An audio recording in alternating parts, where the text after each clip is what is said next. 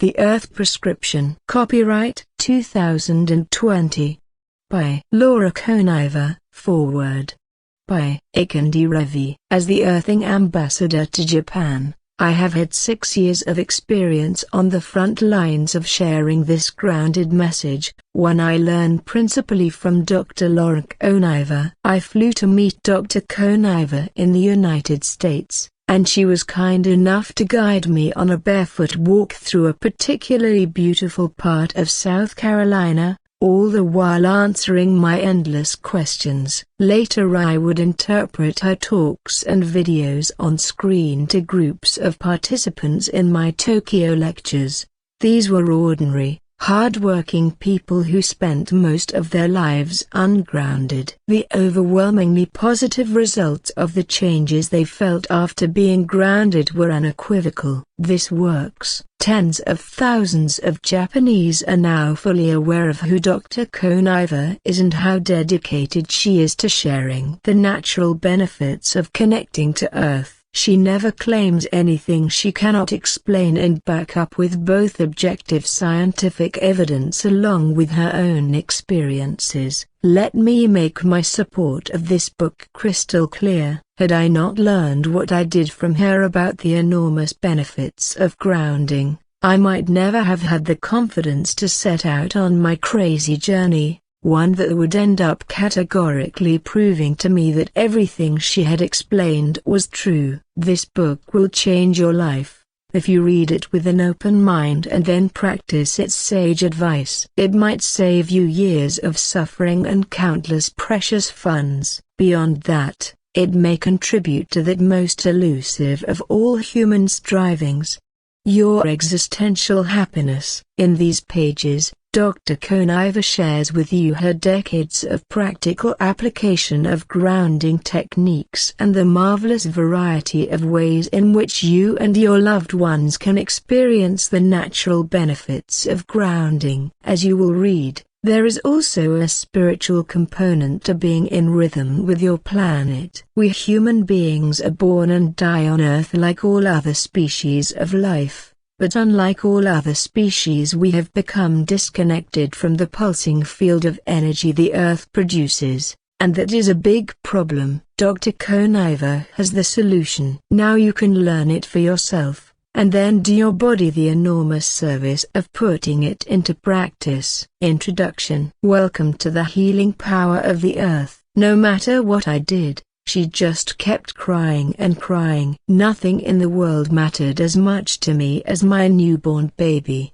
cradled in my arms, yet I couldn't fix what was hurting her. I could see she was in pain, I felt it, I knew it. And the physician in me tried relentlessly to fix what was wrong and help her. The only time she was not crying in torment was when I was nursing her. So we nursed around the clock. Yet I knew nursing was not fixing what was causing her pain. I took her to her pediatrician, who told me she had colic, that babies cry, that's just what they do, and gave me a prescription for an antacid. I feel that babies cry to communicate, not just to cry. And my baby was communicating to me that she was in severe discomfort all the time. In desperation I would hold her to my chest, skin to skin, and walk outside under the moon and stars, praying and singing to her and crying right along with her. I always walked on the earth barefoot,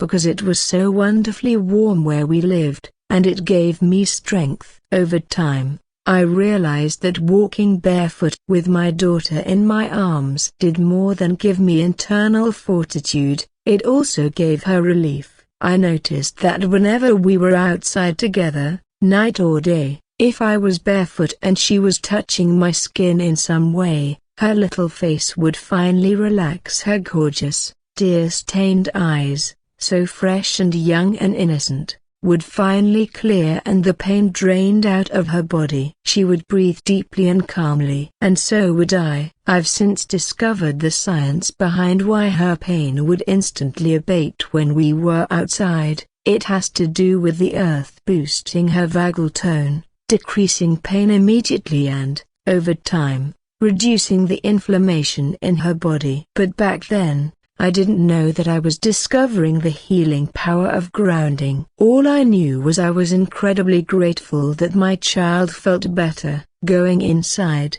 the moment my feet broke contact with the earth and stepped into an insulated house, her pain would immediately return. She could be in a complete sleep, and when that grounding connection was broken, the pain would immediately find her and wake her up.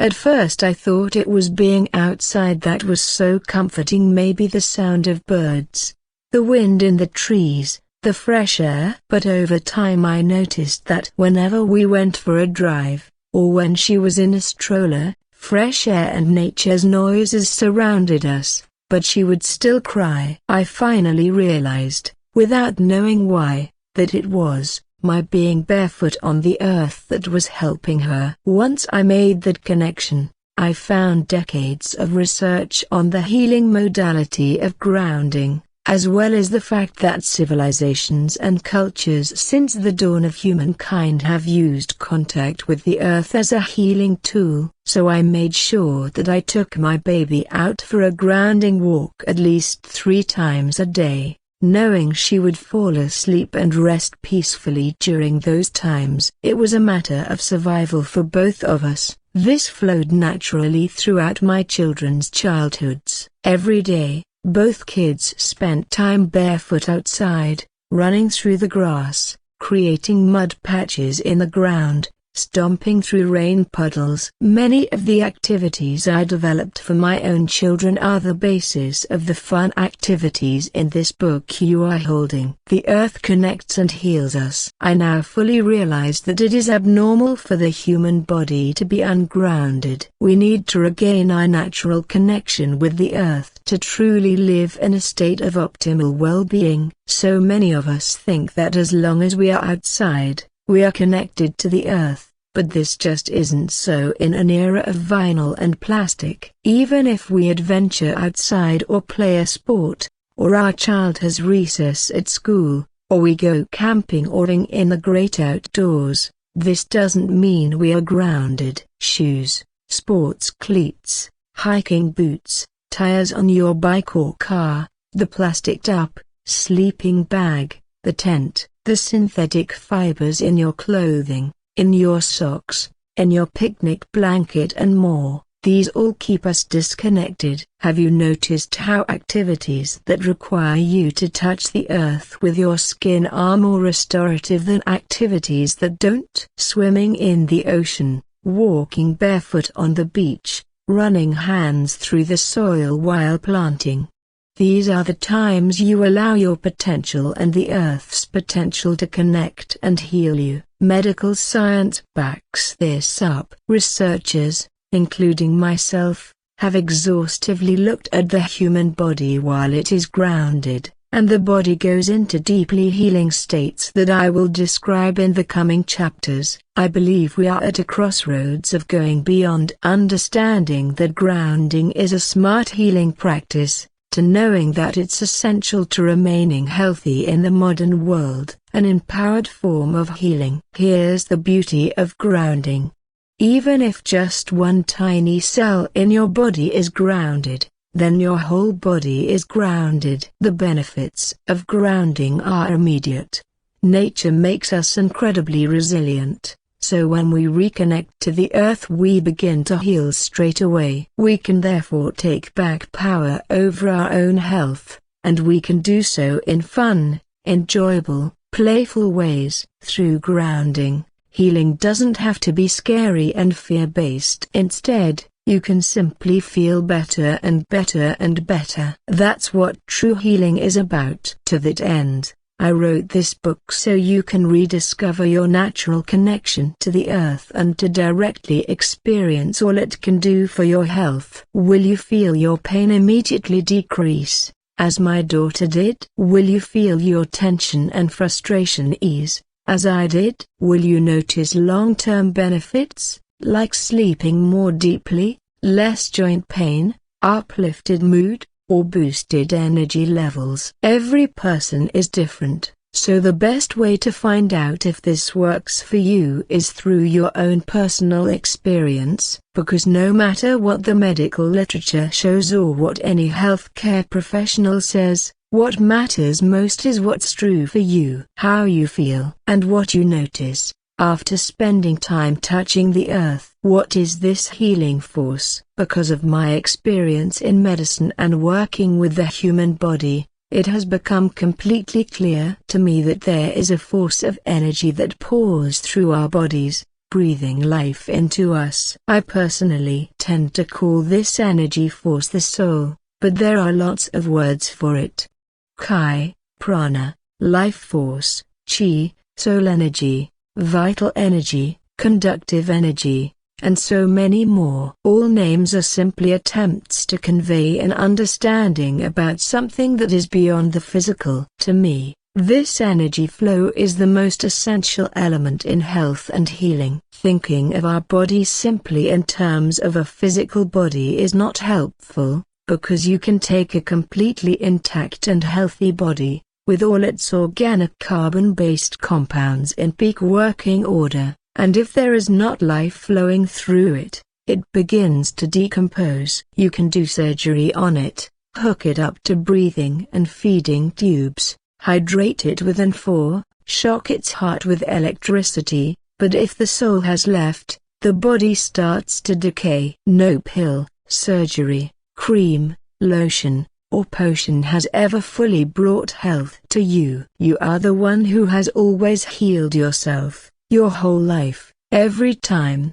without exception. Although physicians, surgeons, chiropractors, nutritionists, physical therapists, massage therapists, pharmacists, clergymen, energy healers, acupuncturists, naturopaths, and others may be there to help through different healing modalities, it is always you and your alignment with a healing modality that has done the work of healing. Your soul is conducting the healing energy flow. Most patients I see in clinical practice, and most patients that doctors see, in general, hold the errant belief that it is the antibiotic or the surgery that is curing them. But every drug, every vitamin, every prescription, and every intervention is just one factor in the mix that tips the scales toward helping you heal. It might help, but without your body's ability to heal itself, no amount of medicine, surgery, or vitamins can make you better. I could go into great detail about how this works, but for now I'll just say this. If your body is not healing itself, nothing can. This is so important. It makes you the boss over your health. It gives you the power. A crucial part of this process, one which you will hear through my language as I tell you about grounding, is that I believe the soul energy inside each person is what is responding to grounding, and here's why. Part of my training as a physician was getting called in the hospital to pronounce the time of death when a patient dies. I repeatedly witnessed this soul energy leaving the human body, leaving only the physical behind with no life force running through it. And each time it struck me what an immense difference there is in a body that has a soul illuminating it and a body that doesn't. I saw that the difference was everything that made that person who they were. Nanoseconds after the soul leaves the physical body, which has not yet begun to decay and could still be completely viable, each organ easily harvested to live on inside of another body that still has the life force running through it is still completely intact, yet no healing modality on earth could save it, not even grounding. If your body is not healing itself, nothing else can. If you have an infection, there is no antibiotic that can fully clear the infection without help from your own immune system. Doctors rely on your body to clean up the infection, to rebuild new cells, to recover. If you have a cut, there is no number of stitches that a doctor can make that will heal the wound without your body's healing it. The stitches might hold the wound together, but it is your body that makes the first tenuous connective tissue threads that bond the tissues back together. It is your vascular system that re-establishes blood flow through the tissue. It is your skin that makes more of itself. If you have a broken bone,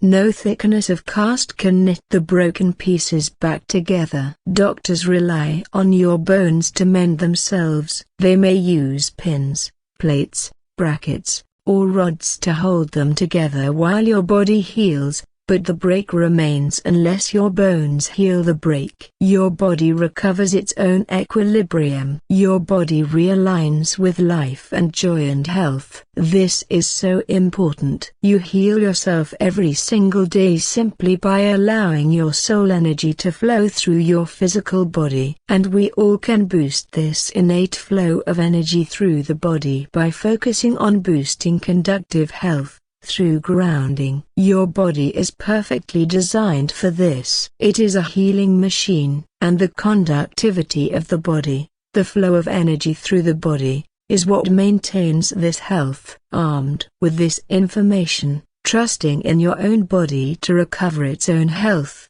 and seeing medications and surgeries and supplements as supporting staff only, helpful, but not what truly heals you. This framework gives you the most accurate and most powerful stance from which to allow healing to flow. I truly feel there is something beyond this physical world that allows our souls to temporarily inhabit our bodies and have a healthy living experience. And I see healing modalities as supporting the vibrancy of that soul energy. If we focus on supporting the soul energy strength, that's the best thing we can do to ensure that healing and wellness abound, because it's the soul's strength that brings the cells, tissues, organs, and entire body to life. Without it, the body will not continue to function. As a physician, I find that very exciting, because that means healing is always pouring through you. You,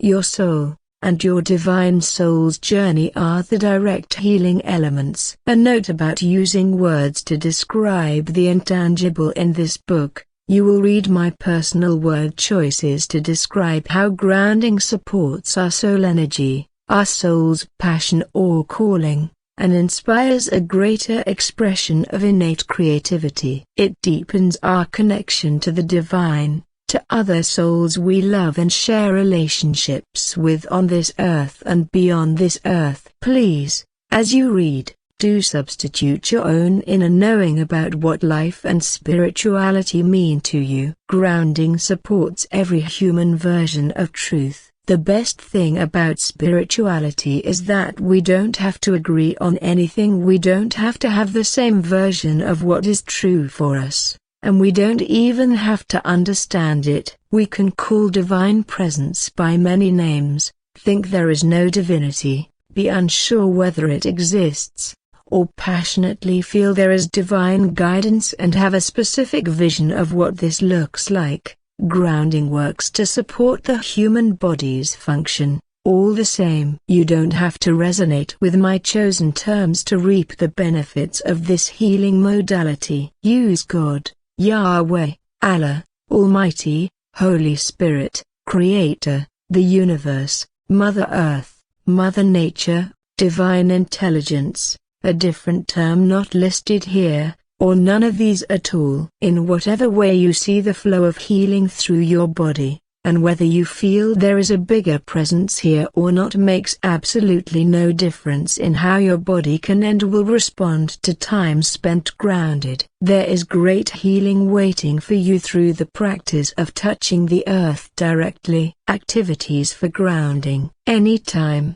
any place. After I recommend that my patients spend time touching the earth each day to help boost their health, I am repeatedly asked what they should do when they walk outdoors. When the weather is nice and mild, many patients are willing to give it a try. But what about when conditions are less than ideal? 1. If the weather is scorching hot, or worse, icy cold, what do you do then? 2. What if you have no access to grass or a private yard? 3. What if you live in a city, with nothing but concrete outside? 4. Are there ways to do more than just stand there, barefoot and bored. I have worked creatively with these conditions to come up with many ways to get grounded when it's too cold, too hot, whether cityside or countryside. I can even offer ways to use time spent grounding to intentionally cultivate certain health benefits. Drawing closer to Mother Nature, boosting mood, increasing creativity, heck, even supporting your fertility. Year-round, you can ground. Plus, each season brings its own unique and wonderful physical, emotional, and spiritual elements. In addition to supporting health, the seasons offer ways to boost our direct experience of how it feels to be alive, express our own inner heart song, use our voice, feel in concert with the world around us, and be part of the universe beyond that. You can achieve all of these goals just by giving the earth the chance to touch you and affect positive change, in just minutes a day. My first advice to you, as you begin diving into this book, is to track the change you feel. You can find a baseline grounding assessment and a monthly grounding tracker, as well as guided meditations for each season online at http://www.newarbinger.com-44895. You are holding an idea book, something you can flip through to find inspirations that send you outside with joy and excitement. Far from a conventional medical treatment, which may well be boring, possibly even painful, and filled with potentially toxic side effects, healing with the earth can be a wonderful, fun, uplifting, and immediately gratifying experience. If you flip through this book, open it to the current season, skim for an idea that grabs your attention, and feel excited to head outside and get grounded today, then I will have accomplished what I wish most for you. You are certainly welcome to read this book in order, cover to cover, but you are also welcome to flip through it and randomly select an idea that piques your interest and suits the weather or your mood. I want you to never run out of uplifting and fun ways to get back in touch with your own body's ability to heal. Grounding is exactly that, linking your physical body to the earth to unleash its own resiliency. I love grounding for that there is no other healing tool in my experience as universally helpful as grounding, and I'm excited for you to give it a try. Part 1. Why is grounding so healing? Chapter 1. We are conductive beings. Earth energy always moves through us. The earth is always there for us and always will be. It is a docking station for us, a port we can plug into to receive head-to-toe, inside and out support for our well-being. It waits for us to have no choice but to reach out to nature to ground, regroup, and heal. We have all felt moments of desperation when we could think of nothing to do but immerse ourselves in the power of nature. When I was about to start medical school, I was trapped in a wickedly abusive relationship that I knew I needed to end. I was overwhelmed by the rigorous educational path ahead of me and didn't think I could possibly make it through medical school with a broken heart as well. One night, feeling powerless to cut ties with someone I felt very in love with, I ran and ran and ran through the cold night air until I could run no more, trying to calm my anxious heart. I finally dropped to my knees with tears streaming down my face and just looked up at the stars overhead. I didn't know what to do next. I flopped down on the ground, stared up at the nighttime sky, and wished the entire earth would swallow me whole. What it did instead was much more generous. It held me. It held a space for me, absorbed my tears, listened to my cries, supported my body as it soothed me. When I arose from that moment, I knew I could and would survive this grief. I broke up with my boyfriend, moved to a big city to start medical school, and poured my heart and soul into learning how to become a healer. The earth saved me that day. As a physician, I have since learned the scientific basis for these comforting, grounding, centering, and often joyous experiences with the earth. I thought the earth was just soothing my tortured heart, but now I realize it was having a very real effect on my body's function, as I'll share in the coming chapters. Although I immediately felt better on an emotional level, at that time I had no idea how powerfully it was supporting my physical well-being too. Whether we heed our impulse to run wildly into tall grasses, swim passionately in a cold lake, float meditatively by the ocean's shore, seek shelter under strong mighty trees, find comfort in running our fingers and toes through the soil of a beloved garden bed, or just stand barefoot on a patch of grass, this contact changes everything about the health of our body in an instant. The earth is an energy source. This happens because of the body's conductivity, a word that describes the flow of energy through a physical medium. Life on Earth, and therefore health and healing, is all about conductivity. When energy flows through a cell in our body, the cell functions properly. In medicine, we are realizing that the body's conductivity can provide amazing and important information on its health status. Because all our organ systems are conductive, medicine has developed incredible ways to use this principle to determine an organ's health. Our conductive brain consciousness, our awareness of our own existence, depends on conductivity for both self-actualization and basic cognition. Our central and peripheral nervous systems are conductive. Every single nerve cell must allow energy flow. If a neuron loses its conductivity, whether through diseases like peripheral neuropathy, or the demyelination of multiple sclerosis, or trauma like a spinal cord injury, it can't conduct a signal and stops functioning. Measuring nerve conductance on peripheral nerves provides extensive data about how each nerve is functioning. The coordinating brain relies on conductivity from the rest of our body so it can respond to all the signals from so many systems and function appropriately. If the heart wasn't conductive, it wouldn't know when to beat. If muscles weren't conductive, they wouldn't know when to move. If the diaphragm wasn't conductive,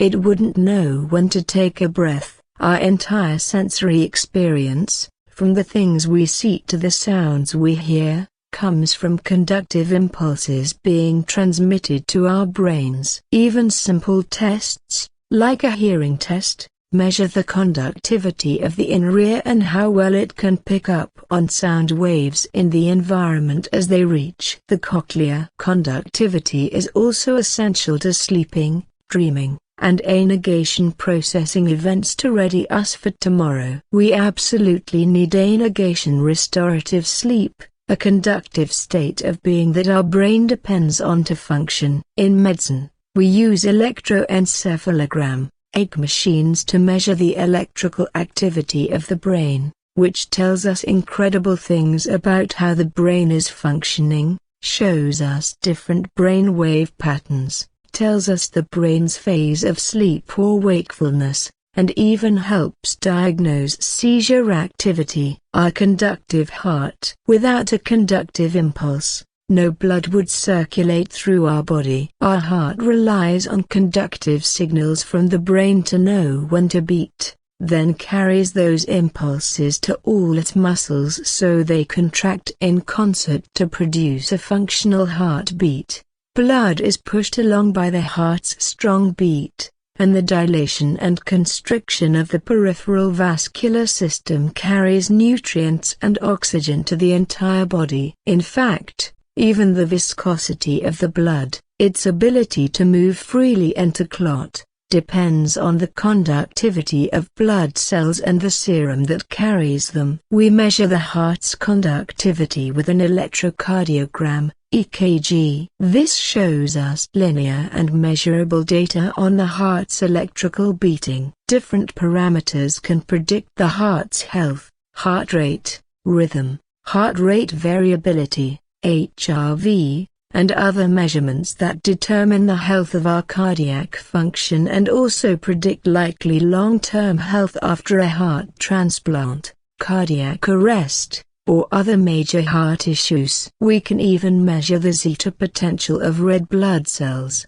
which tells us a lot about the viscosity, thickness of the blood flow. Our conductive lungs. The brain conductively signals the lungs to breathe, how deeply, and at what pace, and how to channel that breath through your vocal cords for speech, communication, and song. Without conductivity, your diaphragm wouldn't function to pull the breath in, your lungs wouldn't function to absorb oxygen from the air, and your blood wouldn't distribute this oxygen to your entire body. Our conductive digestion. The digestive tract relies on conductive signals in smooth muscle, called peristalsis, to move food along. Without this, we wouldn't be able to chew and swallow food, or digest, process, and absorb nutrition. We also need conductive signals to know when we are hungry or thirsty. Our conductive muscles. Movement relies on energy signals, because without conductivity not a single muscle in our body would move. Conductivity makes everything possible.